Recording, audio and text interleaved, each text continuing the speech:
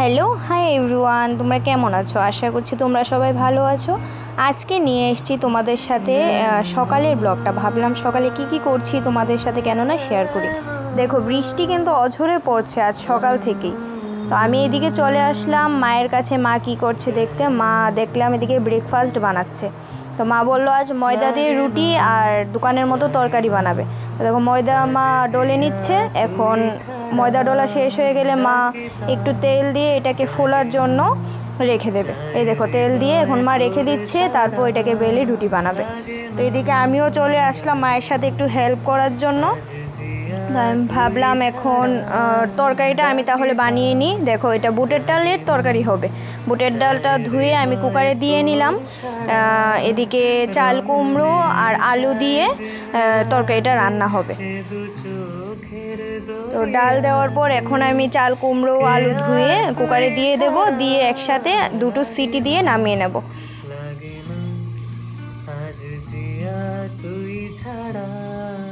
কুকারটাও আমি বসিয়ে দিলাম। তো সিটি দেওয়া কমপ্লিট হয়ে গেছে, আমি নামিয়ে নিয়েছি। এখন এটাকে আমি নামিয়ে তারপর আমি কড়াই বসিয়ে দেবো। এই দেখো, কড়াইও বসিয়ে দিয়েছি গ্যাসে। এখন আমি কড়াইয়ে তেল দিয়ে দেবো, তেলও দিয়ে দিলাম। এখন ফোড়ন দিচ্ছি, তেজপাতা আর শুকনো লঙ্কা ফোড়ন দিয়েছি। তারপর দিয়েছি পাঁচফোড়ন, মানে পাঁচফোড়ন মানে ওইটাতে কালো জিরে, জিরে আর মেথি থাকে, তিন ফোড়ন বলতে পারো, ওইটাকে আমরা পাঁচফোড়নই বলি। তো ওইটা দেওয়ার পর তারপর দিয়ে দিলাম আদা, কাঁচা লঙ্কা একটু থেতো করে দিয়ে দিয়েছি শিলনোড়ায়। তারপর দিয়ে দিলাম ডালগুলো। তো এখন ওইটাতে কিছু মশলা দেব। এগুলো হচ্ছে জিরে, ধনে পাউডার আর নুন হলুদ যা দেয় আর কি, দিয়ে তারপর সেটাকে কিছুক্ষণের জন্য হতে দেব। তো এইদিকে দেখো, আমার মা ওইদিকে রুটিও বসিয়ে দিয়েছে, তোমাদের দেখাচ্ছি। দেখো, রুটিগুলো মা মেখে তারপর একদম লেচি কেটে নিয়েছে। এখন রুটি বেলেও নিচ্ছে, তারপর তাওয়াতেও দিয়ে দিল। এখন রুটিগুলো, এটা কিন্তু আটা রুটি না, এটা ময়দা রুটি, মানে দোকানে যে পরোটাগুলো হয় না ওই রুটিগুলো এটা। তো এদিকে ডালটাও প্রায় হয়ে এসছে। দেখো, রুটিগুলো দেখতে ঠিক এইরকম হয়েছে। জানি না দোকানের মতো হয়েছে কিনা, কিন্তু খুব স্বাদ হয়েছিল। তো দেখো, এদিকে হয়ে এসছে। আমি অল্প একটু চিনি স্বাদটা মেনটেন করার জন্য দিয়ে দিলাম। এখন দিয়ে দেব গরম মশলা, লংতরার গরম মশলা আর কি, একটু দেখিয়েও দিলাম তোমাদের কি দিচ্ছি। তো তারপর এটাকে লাড়া দিয়ে আমি নামিয়ে নেব। তো এখন একটু চলে গিয়েছিলাম সাজুগুজু করার জন্য।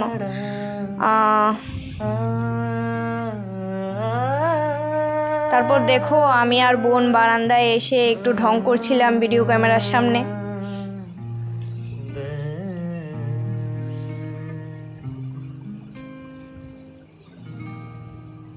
তো বাইরে তো অঝরে বৃষ্টি পড়ছিল, ভাবলাম কেন না একটু ভিডিও ক্লিপে একটু ঢং করি।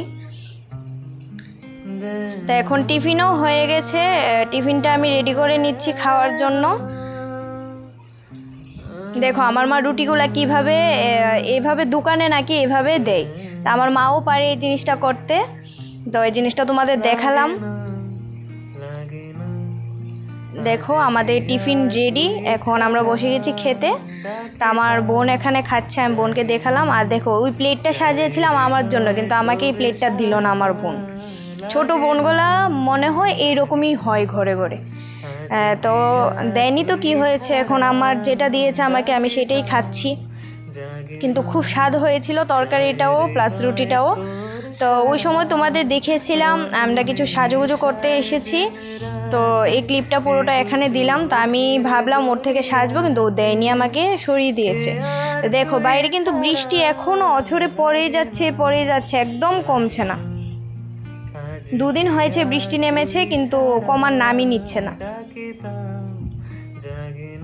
তো এখন বোন আমাকে বলল আমাকে নেল পালিশ নাকি দিয়ে দেবে। তো বলল হাতটা দিতে দিয়ে দেবে, জানি না কিভাবে মর্জি হলো ওর। তো এখন দিয়ে দিচ্ছে আমাকে নেল পলিশ। নেল পলিশের কালারটা কিন্তু খুব সুন্দর, আমার একটা ফেভারিট কালার বলতে পারো এই পার্পল কালারটা, খুব ভালো লাগে আমার। তো এখন সব কিছু সেরে সকালের খাওয়া দাওয়া কমপ্লিট। এখন আমি স্নান করে ঘরে চলে এসেছি। তো স্নান করার পর এই গরমের দিনে বলতে পারো এই চুলের যে ব্যাপারটা আছে না, চুল ভেজানোর ব্যাপারটা খুব অসহ্যকর আমার কাছে। চুল ভিজিয়ে তারপর চুলটা ছেড়ে রাখা, তারপর শুকানো, খুব গরম লাগে, খুব বিরক্তিকর ব্যাপার ওই জিনিসটা। কিন্তু চুল যদি বেঁধে রাখি তারপর হয়ে যাবে অন্যরকম জিনিসটা। তো এখন আমি চুলটা খুলে একটু আঁচড়ে নিচ্ছি, মুখে ক্রিম টিম দিয়ে নিলাম। তো তোমাদের সাথে ব্লগটা আমি শেয়ার করলাম। দেখো আমার কিভাবে চুল উঠছে। তোমাদের কি এভাবে চুল উঠে মাথার থেকে? দুদিন পরে ভাবছি আমি টাকলুই হয়ে যাবে এভাবে চুল উঠতে যদি থাকে আমার। তো ব্লগটা তোমাদের সাথে আমি এতটুকুই শেয়ার করলাম। যদি ভালো লাগে আমার ব্লগটা তাহলে লাইক কমেন্ট শেয়ার এবং ফলো করতে ভুলো না। বাই।